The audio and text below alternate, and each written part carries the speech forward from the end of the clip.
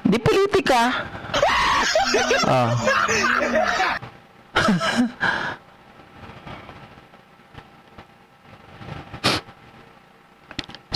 Sir Ron Escara, shoutout po sa inyo. Okay, pag-usapan naman natin mga kababayan. Ito po.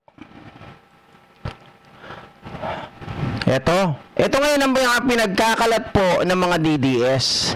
Sabi nila mga kababayan, dahil nga po ang Iglesia ni Cristo ay inilabas na po nila ang ulat na magkakaroon nga po tuloy daw ang gagawin nilang rally sa Liwasang Bonifacio sa January 13. So yung mga nagsasabi po na walang katotohanan, 'di ba? Maraming nagsasabi dito na hindi totoo 'yan, huwag kayong maniwala, wala pang inilalabas sa amin kasi late po kayo na nakakabalita. Hindi po kaagad ibinabalita sa inyo. Pero kami, dahil nga marami rin kaming sources, mas maaga po namin nalalaman. Kaya lang, walang kumpirmasyon kaagad, kaya pasubali ang aming paglabas ng balita nung ibinalita ko po sa inyo na magkakaroon ng rally. Tama po? Ngayon mga kababayan, ipinagmamalaki ng mga DDS dahil daw sa rally na yan ay nakaabot na daw po sa Dubai ang suporta kay Inday Sara Duterte. Grabe talaga mga nangangarap ng gising ang mga supporter ng mga DD shits at mga Dutartaes. Bakit GP? Bakit mo nasabi yan mga kababayan? Biruin nyo po yung video na ito ay ginamit nila at nilagyan ng sound ni Sara para palabasin na maraming sumusuporta sa kanilang poon. Ako po, si Inday Sara. A proud Davaoeña. Aha. A proud Mindanaon. Aha. Hindi ako ang pinakamagaling Hindi raw siya ang pinakamagaling o pinakamatalinong tao. Nakita nyo mga ka-GP Natics, yung mga bigote? Nakita nyo yung mga bigotilyo na yan? O sa Pilipinas at sa mundo. Tuloy po. Ngunit, mga kababayan. walang makakatalo. Wala daw makakatalo. Grabe Pagmasdan nyo yung mga tao kung anong mga itsura. Ayan mga bigotilyo. Hindi naman mga Pilipino yan. Video yan sa Dubai. Yung kanilang, di ba may mga run, rin tayo dito. May mga event din ng mga takbo-takbo. Run for a nature, run for a cause. Parang ganito din sa kanila. Ayan porkit naka-green ginamit na. Porkit naka-green, suportado raw si Sara. Dubai yan Ang kukulit mga kababayan. Diyos ko. Puso ko bilang isang Pilipino. Mabuhay ang Pilipinas! Mabuhay daw ang Pilipinas. Mabuhay ang Pilipinas, Dubai ito. Ang kulit na.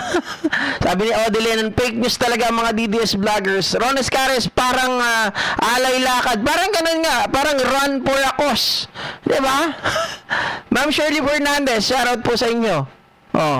Nakikita niyo yan? Tanggalin ko lang yung sound mga ka-GP Natics. Kasi nakakaano yan nakaka-copyright. Pero kung pagmamasdan ninyo yan, yung mga mukha nila ayan tingnan mo. Yung mga itsura, Pilipino ba yan? Kahit saan ka tumingin dyan, hindi yan mga Pilipino. Anong tawag niyo dyan? Alam nga naman Sara Duterte, makikipaglaban yung mga taga Dubai, naninirahan sa Dubai, mga ano ba tawag dito? Yung nationality Arabo, tapos ikaw, ano ka sila, magtatakbo sila? Sila ay magmamarathon, sila ay magra-run for Sara? Brian Albios, DDS, pinapalala nyo lang ang sitwasyon sa mga Duterte.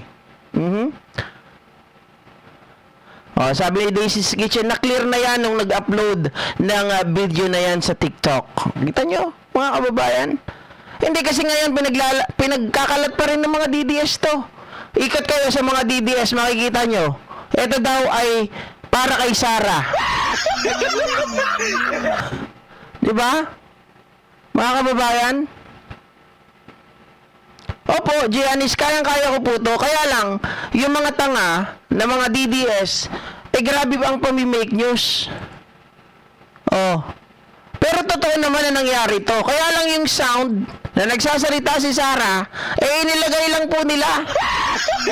Para palabasin na maraming sumusuporta kay VP Sara.